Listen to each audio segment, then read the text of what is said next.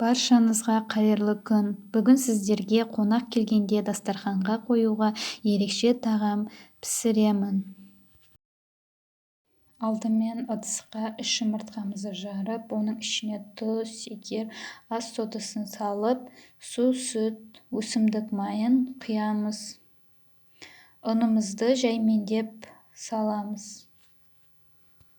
Блендермен немесе миксермен араластырамыз. Түйіршіктер болмауы қажет. Араластырып болған соң 30-40 минут қойып қоямыз. Құймағымыз жақсы болу үшін құрамына қосқан заттарымыз бөлме температурасында болған жақсы. Табамызға кішкене сұйық май жағамыз, сосын бір ожау қамыр құямыз. 2-3 минут екі жағын пісіріп аламыз.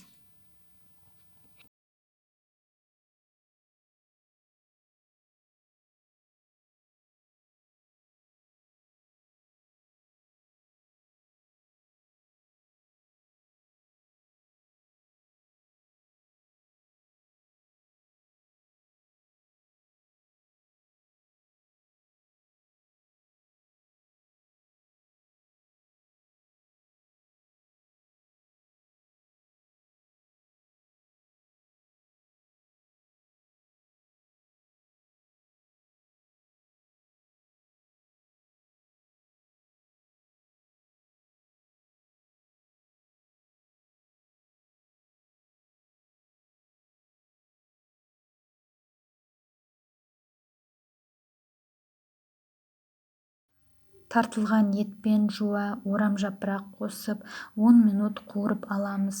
Дәміне қарай тұз, қара бұрыш.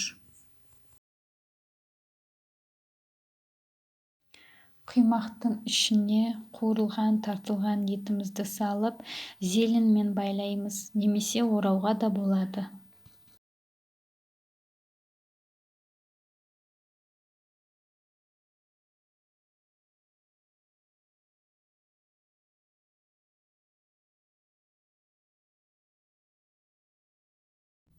Құймақ салмасында тартылған ет қосылған тағамымыз дайын болды.